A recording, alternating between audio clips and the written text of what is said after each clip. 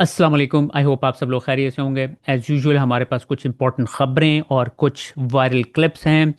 सोहरा बरकत को आज जेल में बेबुनियाद मुकद्दमात पर गिरफ्तारी को 43वां दिन चल रहा है इस वक्त। उनकी इंशाल्लाह मंडे को हेयरिंग है। जैसे ही हमारे पास उनके हवाले से कुछ मालूमात आती हैं तो आप लोगों के सामने रखेंगे।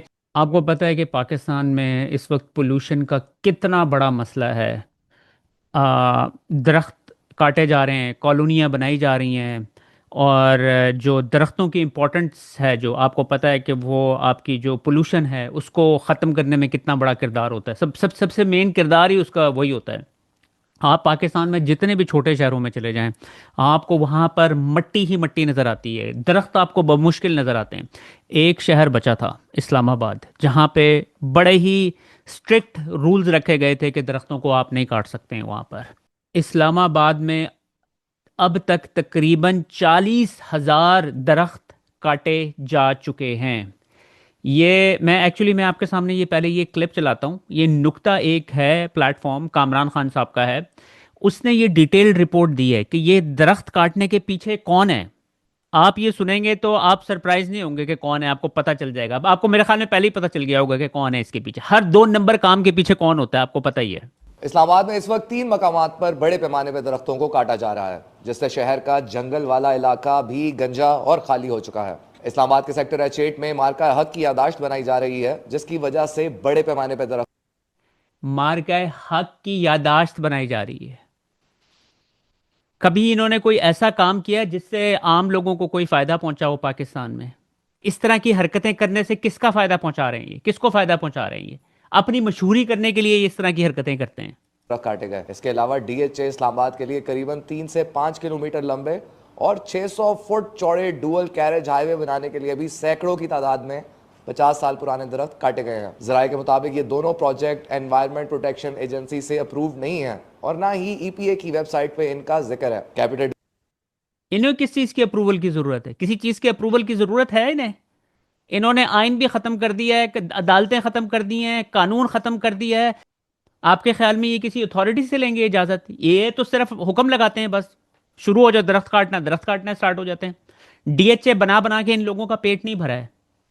जो भी जो भी इनसे ये DHA का प्लॉट खरीदेगा ना, वो भी इनके साथ उस इस जुल्म में शामिल होगा जो ये पिछले 3 साल से पाकिस्तान के ऊपर करें, बल्कि 1947 से कर रहे हैं ये। इनकी अपनी जो है $1 बिलियन इकॉनमी बनी हुई है पाकिस्तान में। तकरीबन 50% लोग जो कि जिनको 2 वक्त की रोटी नहीं मिलती है। और ये अब दोबारा DHA प्लॉट प्लॉट बनाने के लिए जो एक शहर बचा था पाकिस्तान में, उसके उसका उसका भी उसकी भी तबाही और बर्बादी करने लगे। 50-50 साल पुराने दरख्त काट रहे हैं ये बेशर्म लोग। डेवलपमेंट अथॉरिटी का कहना है, हमारा इन दोनों प्रोजेक्ट से कुछ लेना देना नहीं है और हमें बस बता दिया गया था कि ये प्रोजेक्ट्स हो रहे हैं। अब आते हैं इस प्रोजेक्ट पे जो CDA देख रही है, और वो है शकरपड़िया में जंगलात की कटाई। सुप्रीम कोर्ट के 2022 के ऑर्डर के बाद इस्लामाबाद से पोलन एलर्जी पैदा करने वाले दरख्तों को काटने के लिए CDA ने कॉन्ट्रैक्ट अलॉट किए, मगर पेपर मलबरी के साथ साथ ठेकेदारों ने दीगर दरख्तों को भी जड़ों समेत उखाड़ दिया। शीशम के दरख्त, जिनकी मालियत 3 से 4 लाख फी दरख्त है, उनको भी बड़े पैमाने पर काटा गया। गुज़श्ता चंद सालों से इस्लामाबाद में बड़ी शाहराहों, बस डिपोज और दीगर तरक्याती कामों के लिए बेपनाह दरख्त काटे गए हैं, मगर क्या इनके मुतबादिल इतने ही दरख्त लगाए गए हैं? CD के मुताबिक 40,000 दरख्त लगाए जा रहे हैं और एक दरख्त के मुतबादिल 3 पौधे। अभी आपने सुनाया था CDA कहता है कि हमारा कोई लेना देना नहीं है, ये अपनी मर्जी से जो मर्जी कुछ कर रहे हैं। जब अब ये इनके ऊपर प्रेशर आया है ना, तो इधर इन्होंने कहा है कि जी हमने एकदम शजरकारी मुहिम स्टार्ट कर दी है। 50-50 साल पुराने दरख्त इन्होंने काटे हैं और उसके बदले में जो है अब शजरकारी मुहिम। इस महीने में दिसंबर में कौन शजरकारी करता है भाई? इतनी सख्त सर्दी में कभी सुना है आपने कुछ शजरकारी कर रहा है? ये खबरों में लोगों को बताने के लिए सिर्फ इन्होंने ये हरकत की है। इस हवाले से अहमद फरहाद साहब की ये जो ट्वीट थी काफ़ी वायरल थी। कहते हैं जब आपका इलाज बाहर हो, कारोबार बाहर हो, बच्चे बाहर पड़े, मुफादात बाहर हों और लूट खसूट के बाद रहना भी बाहर हो, तो मुल्क आपके लिए दुकान से ज़्यादा कुछ नहीं होता। अफसोस आज शहर तमसाल और ख्वाब इस्लामाबाद के साथ भी वही कुछ हो रहा है जो आइन, जमहूरियत, अदलिया और बुनियादी इंसानी हकूक़ के साथ हो रहा है। लगता है किसी ने कोई सूअर खड़ी फसल में छोड़ दिया है। अब आपको समझ आ रही है कि किस बेदर्दी से इस वक्त इस मुल्क को बर्बाद किया जा रहा है। रिकॉर्ड ब्रेकिंग करप्शन, पाकिस्तान की तारीख में इतनी करप्शन नहीं हुई है। पूरे पाकिस्तान की 70 साल तारीख को एक तरफ रखें, और जितना कर्जा उसमें लिया गया था उतना इन्होंने 3 सालों में लिया है। 5300 अरब रुपए की इन्होंने करप्शन की है। कब तक बैठ के हम ये तमाशा देखते रहेंगे और इनको अपने मुल्क को तबाह करने देंगे?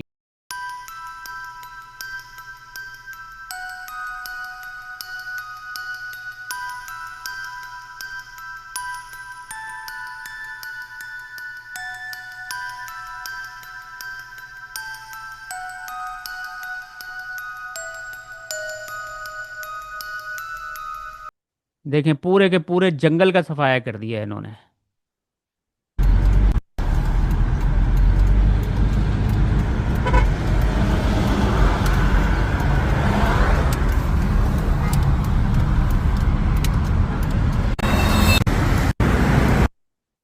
ये आप देख सकते हैं कि ये F10 है। F10 इस्लामाबाद है, और जो दरख्त काटे गए हैं, आप अंदाजा ही करें, F10 बिल्कुल मेन सेंटर है, सेंटर से दरख्त काट के लेके जा रहे हैं ये। यहाँ पे उन दरख्तों को ट्रक में लोड किया जा रहा है। और ये सूरत हाल है यहाँ पे।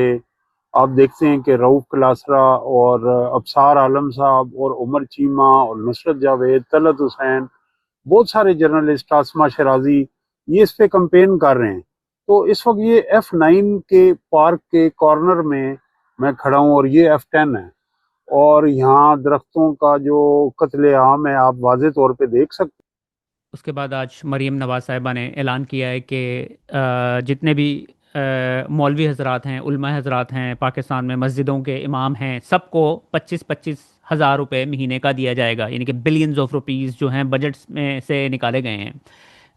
ये मेरे ख्याल में तो बहुत अच्छी बात है, लेकिन ये एकदम क्यों ख्याल आया है, इसके हवाले से भी बड़ी चेमगोइयाँ होती रही हैं सोशल मीडिया के ऊपर, वो मैं आपके सामने आगे चल के रखूँगा। मरीम नवाज साहिबा कहती हैं, किसी भी फितने को पनपने की इजाज़त नहीं दी जाएगी, और पंजाब की सरजमीन हर फितने, हर जालिम और हर माफिया के लिए तंग कर दी जाएगी। इस हवाले से मौलाना फजलुर रहमान का बड़ा सख्त जवाब आया है। कहते हैं 25 हज़ार रुपये मुंह पर मारते हैं। अच्छा, मेरी अभी इस हवाले से शाहीन साहब से मेरी बात हो रही थी, तो वो आज उन्होंने हमारे साथ शो करना था, लेकिन वो आज नहीं कर पाएंगे, कल आएंगे इंशाल्लाह। तो वो कह रहे थे कि ये इनके ऊपर इस वक्त बहुत ज़्यादा अमेरिका का प्रेशर है, आसिम मुनीर साहब के ऊपर, कि आपने जो हमारे से वादा किया है गज़ा में जाकर हमास को डिसार्म करने का, वो अपना वादा पूरा करें। तो ये जो एकदम इतने पैसे निछावर किए गए हैं मौलवियों के ऊपर पाकिस्तान में, ये उसी वजह से किए गए हैं, ताकि जब उधर जाएं तो ये मौलवियों के जो है ना मुंह उस वक्त तक बंद हो जाएं। अब देखें ना, ये सारे उधर इकट्ठे हुए हुए थे, इनको कोई शर्म नहीं आई कि उधर ये मुरीद के में जिस तरीके से सैकड़ों लोगों का कत्लेआम किया गया था, उसके हवाले से किसी ने नहीं इनसे पूछा। उसके बाद फिर मरीम नवाज ने एक और अनाउंसमेंट की है आज। पंजाब में गैर कानूनी इज्तिमा के दौरान पुलिस प्राइवेट शख्स इमलाक को नुकसान पहुंचाने पर 10 साल की कैद होगी। पंजाब हुकूमत राइट मैनेजमेंट फोर्स बनाएगी। फोर्स के किसी अहलकार के खिलाफ कोई मुकदमा नहीं होगा। फौजदारी या किसी भी किस्म की कानूनी कार्रवाई नहीं हो सकेगी। अब आप ये देखें, इन्होंने पहले ही पुलिस वालों को कत्ल करने की इजाज़त दी हुई है। अब तक जो ऑफिशियल नंबर मैं बता रहा हूँ, अनऑफिशियल नंबर का कोई आइडिया नहीं। ऑफिशियल नंबर ये है कि इन्होंने अब तक 2200 लोगों का कत्ल कर चुके हैं ये पुलिस मुकाबले में। जिसको मारना होता है पुलिस मुकाबला करें, ख़त्म। अब ये कोई ये जो फोर्स बना रही है, इसके हवाले से भी ये कह रही है कि वो भाई जो मर्जी करे, उसके खिलाफ मुकदमा नहीं बना सकते हैं ये। यानी कि बिल्कुल आपको ये हिटलर वाली 1935 की जो है ना सूरत हाल बनती हुई नज़र आ रही है पाकिस्तान के अंदर। आगे फिर मौलाना फजलुर रहमान कहते हैं, हमें मत आजमाओ वरना हम तुम्हारे लिए उनसे बढ़कर आजमाइश बन जाएंगे। हम मदरसा आपके हाथ में नहीं जाने देंगे, क्योंकि हमें हुकूमत और इसके इदारों पर यकीन नहीं है। वैसे मौलाना फजलुर रहमान की अगर आप हिस्ट्री उठा के देखें ना, कोई भी काम करवाना होता है ना, वो जो 26वीं आईनी तरमीम थी, उस वक्त भी इस तरह की बढ़के मान रहे थे, लेकिन फिर ऑन बोर्ड हो गए थे। यानी कि ये बेसिकली कोई भी इस तरह की चीज़ होनी होती है ना, तो वो थोड़ी सी ब्लैकमेलिंग की टैक्टिक्स होती हैं इस तरह की जो है ना, स्टेट हिस्टोरिकली मैं बता रहा हूँ। मुझे नहीं पता कि अब ये कितना आगे जाके दुरुस्त साबित होंगे, लेकिन लेट्स सी, हम वॉच कर रहे हैं, क्योंकि उससे पहले भी 26वीं आईनी तरमीम जब आई थी, उस वक्त भी इसी तरह की बातें कर रहे थे ये। अच्छा जी, उसके बाद फिर आज जो नामालूम अफराद नज़र आए हैं ना, मई 9 की याद ताज़ा हो गई है। आप यकीन करें, इसी तरीके से पुलिस की गाड़ियों से नामालूम अफराद निकले थे, वो जो उधर जाकर इंतशार फैलाया था और फिर सारा इल्ज़ाम पीटीआई के ऊपर लगा दिया था। अब आप ये देखें, ये मैंने काफ़ी सारी इनकी जो है ना फुटेजेस निकाल के रखी हुई नामालूम अफराद की।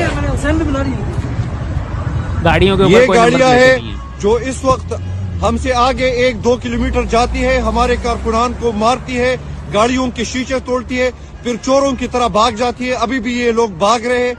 ये जो नामालूम है ये हमें मालूम है। इन्होंने हमारा काफिला भी इधर रोक लिया है। ये है पंजाब की हुकूमत का असल चेहरा।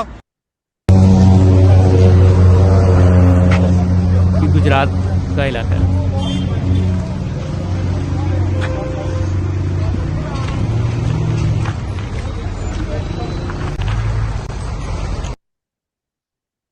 ये देखें जी, ये हैं जी नामालूम अफराद, मास्क पहने हुए हैं, कमांडोज, निंजा बने हुए हैं, जाते हैं गाड़ियां तोड़ते हैं, यानी कि बिल्कुल माफिया की तरह काम करते हैं ये। पाकिस्तानियों के पास इनसे लड़ने के अलावा अब क्या मुझे बताएं कि क्या चॉइस रह गई है।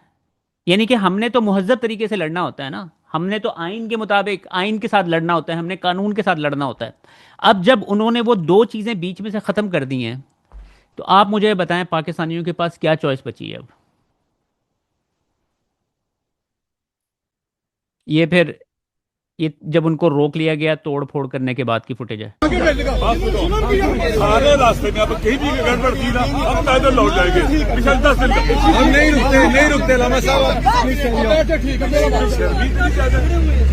लोग गाड़ियां तोड़ रहे हो, लोगों को मार रहे हो, सर फाड़ रहे हो लोगों के। ये है कौन?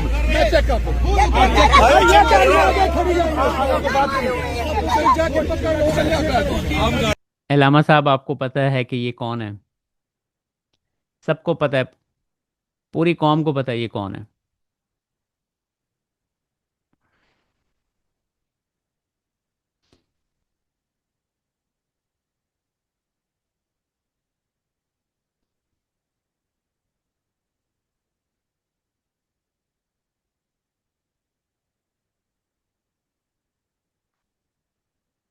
बहरहाल उनका बड़े अच्छे तरीके से अली भाई इस्तेमाल किया आपने, गया।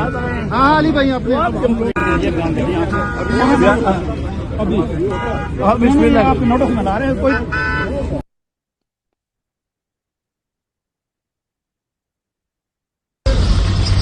ये इन्होंने तोड़ा है, ये मैं आपको बताता हूँ। ये समझते हैं कि इस तरह का जुल्म सितम करके ये हमसे पाकिस्तान तरीके इंसाफ के कारकुन या हम पीछे हट जाएंगे। ये इनकी खामख्याली है। हम इमरान खान सिपाही हैं और आखिरी वक्त तक खून के आखिरी कतरे तक इमरान खान के मेरे जख्मी किया है। ये मेरा पाँव इस दहशतगर्दी, इस मार कुटाई को ना हम मानते हैं। और जब भी ये वक्त बताएगा, जब भी हमें मौका मिला, जब भी हमारी हुकूमत आई, इनसे सबसे हिसाब लिया जाएगा। इस वस्तायत के दौर में इन लोगों को आप सलूट करें। यानी कि मेजॉरिटी लोग तो बाहर ही नहीं निकलते हैं, क्योंकि आपकी पहले ही आपकी मुआशी सूरत हाल आप देखें कि क्या है। उस सूरत हाल के अंदर ये आपकी गाड़ियों को तोड़ना स्टार्ट कर दें। वो तो पीसफुल तरीके से कर रहे हैं ना, अपना जो उनका आईनी हक है। लेकिन अब आप ये देखें उनकी गाड़ियों को नुकसान, अब इन्होंने अपने पैसों से ही इन गाड़ियों को नुकसान पूरा करना है बेचारों ने। सिविल कपड़ों में और लीड के डाले में आए हैं बंदे, और ये इन्होंने गुजरात के मुकाम पे सारी गाड़ियों के शीशे, ये देखें गाड़ियों के शीशे तोड़ दिए उन्होंने, और वर्करों के ऊपर लाठीचार्ज किया। नई गाड़ियां हैं और सारे इन्होंने शीशे तोड़ दिए हैं, फ्रंट बैक सारे। ये देखें जी कितना बड़ा नुकसान दिया इन्होंने। तुम भी टट्ठे हो, ये देखें जख्मी हो गए। अब उत्ते करो, उत्ते करो, उत्ते करो। ये देखें जी, ये बंदा गिरा है। ये देखें गाड़ी के सारे शीशे उन्होंने तोड़े हैं।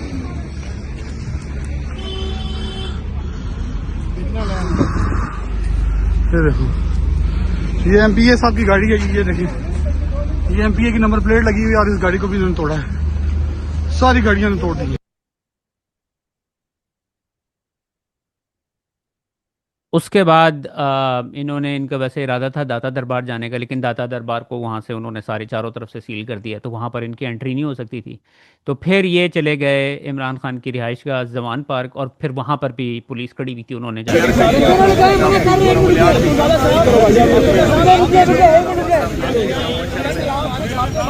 आज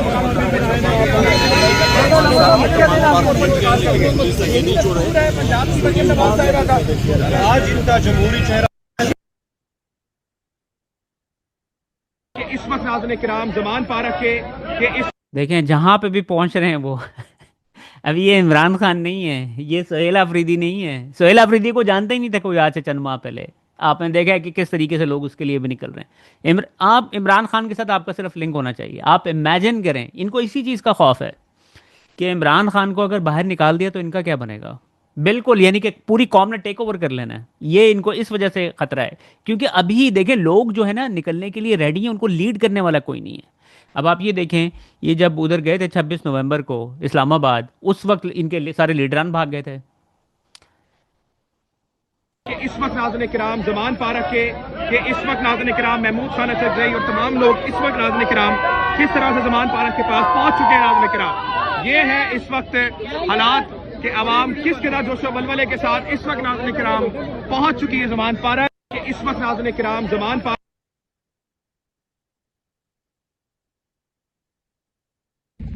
ये पुलिस वाले देखें, ये जो है ना, ये हैं जी गुल्लू ये भट्ट आ रहे हैं पुलिस और हमारे क्रिमिनल शक्लों के ऊपर ही लानत किया है। बरस रही है इनके। ठीक है, वो देखें पीटीआई का झंडा उठा के वो जा रहे हैं और हमारे इस कैंप से जो है ना लड़कों को अरेस्ट किया गया है। ये गुजर खान में हमने सरवर शहीद कॉलेज के पास हमारा कैंप है।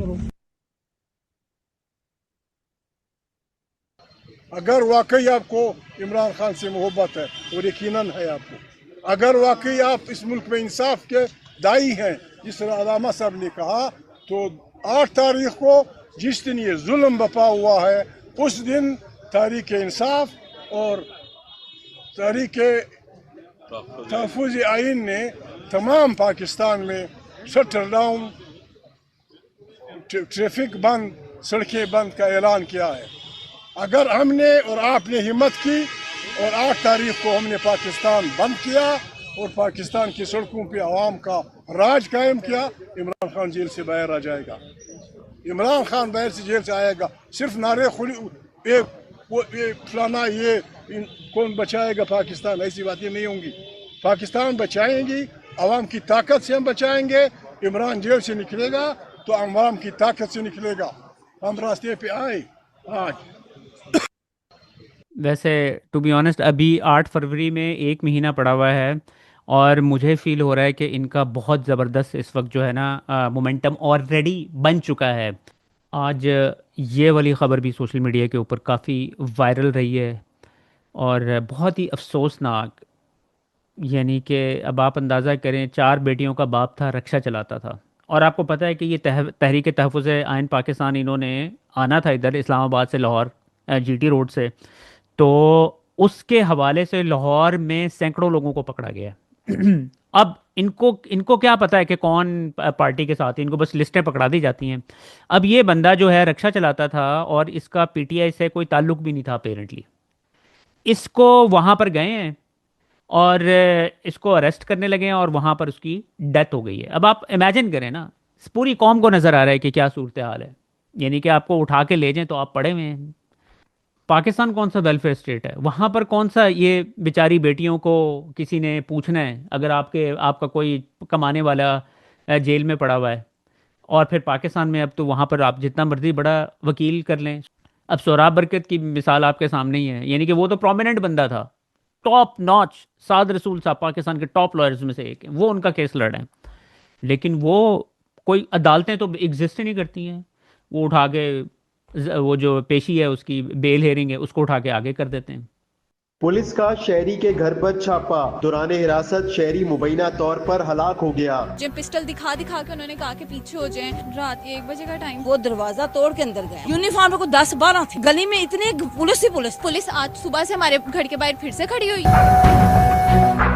इस वक्त थाना अंजरवाल की हदूद में मौजूद है जहां पर राशिद नामी शख्स को पुलिस पकड़ने के लिए आती है और उनके घर वाले कहते हैं कि राशिद साहब की तबीयत ठीक नहीं है, तो आप ऐसा करें कि कि थोड़ा इंतज़ार कर लें और उनकी थोड़ी तबीयत ठीक हो जाए, लेकिन पुलिस अपने साथ जब लेके जाती है तो इसी दौरान उनको हार्ट अटैक आता है और वो इंतकाल कर जाते हैं। राशिद साहब के घर इस वक्त उनके अजीज़ो कारिब मोहल्लेदार बड़ी तादाद में मौजूद हैं।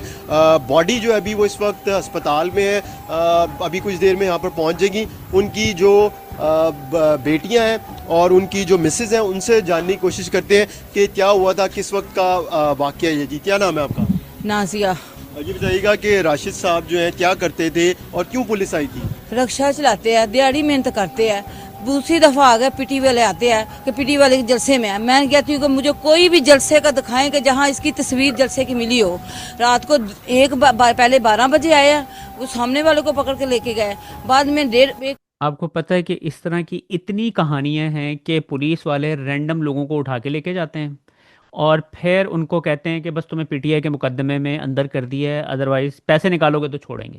यानी कि भत्ता लेने के लिए पुलिस भत्ते के ऊपर लगी हुई है। ये मरियम नवाज ने पुलिस को भत्ते के ऊपर लगा दिया है। अब ये बंदा जो दिहाड़ी लगाता है, बेचारा रक्षा चलाता है, इसको उठा के ले गए। इनका मकसद डेफिनेटली यही होगा कि इससे भी पैसे निकलवाएंगे, क्योंकि इजाज़त थी ना कि वो उनकी रैली आ रही है, उससे पहले आपने इनके कारकुनों को पकड़ना है, पकड़ धकड़ करनी है और जितनों को रोक सकना है रोकना है। 1 बजे आया, 1 बजे हम ऊपर थे, मेरी बेटियां थी, वो लेटा हुआ था। जाहिर है सारा दिन मेहनत मजदूरी करनी है तो उसने लेटना ही था ना। वो लेटा, उसने इन्होंने वो दरवाज़ा तोड़ के अंदर गया। मेरी बेटियां ने अपने पापा को ऐसे लिपेट लिया तो उन्होंने कहा इसे छोड़ दो, नहीं तो हम आप लोगों को सबको मार देंगे। ये मेरी बेटी छोटी सी है, इसके ऊपर उसने मोजर ताना है तो मेरे मियाँ की तबीयत ख़राब हुई। उसने कहा मेरी बेटी पे पता नहीं क्या होगा, उसने तब उसकी तबीयत ख़राब। अब वो नीचे खुद चल के आया, वो बाइक पे बैठा है। अब इतनी तबीयत उसकी ख़राब नहीं थी, बिल्कुल इधर से बिल्कुल ठीक लेके गया। उसकी तबीयत अगर ख़राब थी तो वो बाइक पे कैसे बैठ सकता था? अब हमें इंसाफ चाहिए। ये मेरी बेटियां 4। तो राशिद साहब को कहाँ लेके गई पुलिस और कितनी देर बाद पता चला आपको कि इंसाफ तो नहीं मिलेगा आपको? पाकिस्तानी हो, अब इंसाफ नहीं मिल सकता आपको। किस तरह ये आईनी अदालत आपको इंसाफ देगी? वो ऊपर बैठा हुआ है जो खुदा बन के, वो जज बिठाता है। अब आपने कहाँ से इंसाफ लेंगे? अब इंसाफ नहीं मिलेगा। इसी तरीके से हमें बिलक बिलक के मरते रहेंगे अगर हम अब खड़े ना हुए। अब हमें निकलना पड़ेगा। अब हम लोगों के पास एक मौका है 8 फरवरी का, सबको निकलना चाहिए। शटर डाउन हड़ताल करनी चाहिए, प्रोटेस्ट करना चाहिए। कम से कम ये तो कर सकते हैं ना आप लोग एक दिन के लिए। उसके बाद मोहसिन नकवी ने, आपको पता है कि कल पीएसएल की कोई टीम अनाउंस की है। मेरा तो क्रिकेट को बिल्कुल ही शौक देखने का ख़त्म हो चुका है। अब वो होता है ना कि पाकिस्तानियत ही नहीं है, यानी कि आपको पता है कि क्रिमिनल्स ने ऊपर कब्जा किया हुआ है। आप क्या टीम को सपोर्ट करेंगे? आप सपोर्ट उस वक्त करते हैं ना कि हमारा मुल्क है, हमें प्यार है, वो जीते, इस वजह से ही आप सपोर्ट करते हैं ना। ये अब क्रिमिनल ऊपर आके बैठा हुआ है। अब ये क्या कहता है? मैं आपको अगले 10 साल में पीसीबी के मुकम्मल ताउन का यकीन दिलाता हूँ। यानी कि ये अगले 10 साल का, ये बेशरम बेगैरत आदमी जो है अगले 10 साल का कहता है कि 10 साल तक कब्जा करके बैठा रहूँगा मैं। उसके बाद आपको पता है एमएफ का मतलब पता ही है आपको, मुनीफ फारूक, वो रोज़ाना नई स्टेटमेंट के साथ मंजर-ए-आम पर आता है। आज कह रहा है तहरीक इंसाफ के लिए पाकिस्तान में कोई स्पेस नहीं है। पाकिस्तानी इस्टेब्लिशमेंट को इमरान खान से और इनके करीबी लोगों से शदीद नफरत है। करीबी लोग तो पूरा 24 करोड़ अवाम है, सारों से नफरत है, सारों से लड़ेगा ये। अब लड़ना तो पड़ेगा अब इससे। आगे से फिर खैबर पख्तूनख्वा की हुकूमत को वार्निंग देता है, अगर आप फ़ौज को कहेंगे कि आप ऑपरेशन कर रहे हैं, आप बदमाशी कर रहे हैं, तो माजरत के साथ मैं कहूँगा कि फिर वो आपको वाकई ही बदमाश बनकर दिखाएंगे। फिर शायद वो ट्रीटमेंट देंगे जो शायद इनका दिल करेगा। जमहूर की सोच और रियासत की सोच में बड़ा फ़र्क है। सुहेल अफरीदी के हवाले से कहा जा रहा है कि उनको इसी महीने में जो है ना प्लानिंग कर रहे हैं वो किसी तरीके से इनको रिमूव करने की। आपके सामने ही है। अब रूल ऑफ लॉ तो है नहीं, आइन तो है नहीं, अब जो मर्जी जिस मर्जी तरीके से वो करें। लेकिन बहरहाल आपको ये एक बात बता दूं कि केपीके के लोग जो है ना इसको ईजी नहीं लेंगे। फिर वहाँ पर एनार्की फैलेगी, वहाँ के लोग आपको लड़ते हुए नजर आएंगे। पंजाब के लोगों का तो पता नहीं कि शायद जाग जाए। अभी 8 फरवरी आ रहा है। उसके बाद जो राइटर हैं खालिद मसूद साहब, वो कहते हैं शादी की तकरीब जो मतलकन प्राइवेट तकरीब है, इसमें भी सियासी इजहार की आज़ादी सरकार को वारे नहीं खा रही। हुकूमत के रोज़ अफजों बढ़ते हुए खौफ के पेश नज़र गुमान है कि अनकरीब घरों में होने वाली गुफ्तगू पर भी मुकदमात के अंदराज की खबरें पढ़ने को मिलेंगी। याद रहे कि जब प्रेशर कुकर से गैस के अखराज के सारे सुराख बंद कर दिए जाएं तो कुकर फट कर न सिर्फ खुद बल्कि और भी कुछ बर्बाद कर देता है। प्रेशर कुकर के सारे सुराख बंद नहीं करने चाहिए। सेनेटर हुमायूं कहते हैं जब से पाकिस्तान डिस्ट्रक्शन मूवमेंट आई है तब से इन 4 सालों में आपकी मजमूई जीडीपी 1.7 से ऊपर नहीं गई, जबकि आपकी पॉपुलेशन ग्रोथ 2.55 है, जिसका मतलब है कि आपकी नेट ग्रोथ माइनस में है। वो तो नज़र आ रही है। तो जिस मुल्क की नेट ग्रोथ माइनस में हो और 4 साल से चल रही हो, इसका क्या हाल होगा? मुल्क का ये हाल होगा कि आज हर दूसरा आदमी गुर्बत की लकीर से नीचे है। इंडस्ट्रियल ग्रोथ मनफी है। पिछले 4 बरस में 25 बड़ी कंपनियां मुल्क छोड़कर जा चुकी हैं। इस हवाले से ये एक 2 दिन पहले का क्लिप है जो कि सर्कुलेट कर रहा है सोशल मीडिया के ऊपर। आप लोगों के हालात का आपको अंदाज़ा नहीं है कि पाकिस्तान में क्या है। ये ज़रा क्लिप देखिएगा।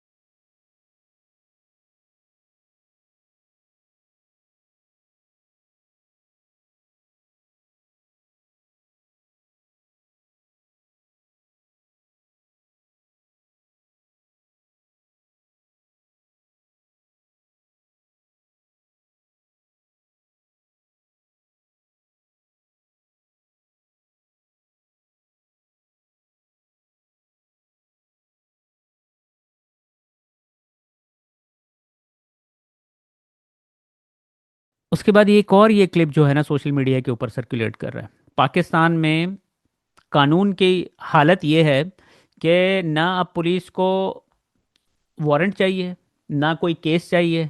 मोटरसाइकिल पे एक बंदा जा रहा है, सादा लिबास में एक बंदा आता है, वो पुलिस को इशारा करता है कि इसको उठा लो, और वो उसको उठा लेते हैं। भाईजान क्या हुआ है? भाईजान क्या हुआ है? सर ये जी गिरफ्तारी हो गई है। सर आप क्यों पकड़े हैं? सर ये देखें सड़क पे। सर आपने क्यों रोका? मुझे नहीं पता। आप सिविल कपड़ों में पहचान इधर। सर आप सिविल कपड़ों में क्यों रोके? प्यारे भाई फहीम साहब, आप एसएच में बावर्दी हैं, ये सिविल वाले कौन है? ये जी ये शख्स था, इन्होंने रोका है। अगर तो ये स्टेट है, तो हमें कोई इशू नहीं है, लेकिन अगर ये इस तरह से करेंगे तो ये एटलीस्ट हमारा दिखाना फर्ज है। गिरफ्तारी हो गई है, गलत हरकत है। इस तरह से आप सड़क पे घसीट के गिरफ्तार कर ले, और वो भी वर्दी के होते हुए एक सिविल कपड़ों में। ये वल्लादम ये क्या माजरा है? लेकिन पाकिस्तान है जी, हम बड़ा कुछ देख रहे हैं यहाँ पर, और सब पाकिस्तान का हिस्सा बन रहा है। प्रिजनर वैन में एक सिविल कपड़ों में अफराद है, वो पकड़ रहा है और उसने पुलिस के हवाले कर दिया। 14 पार्टियों के अलावा इस मुल्क के ना एक अदारे को छोड़कर सारे अदारे खान के खिलाफ है, और वो अकेला खड़ा है। क्यों? उसके साथ आवाम की ताकत है, उसके रब की ताकत है। वो इतना अपने रब पर यकीन रखता है कि वो इन सबको टक्कर देके बैठा हुआ है। कहते हैं फिरौन के साथ मूसा ने टक्कर ली थी, ये ऐसे ही आज के वक्त में हक ने बातिल से टक्कर ली हुई है, और इंशाल्लाह जैसे पहले भी तारीख में भी हक जीता रहे, और आज भी हक जीतेगा और बातिल को शिकस्त हो।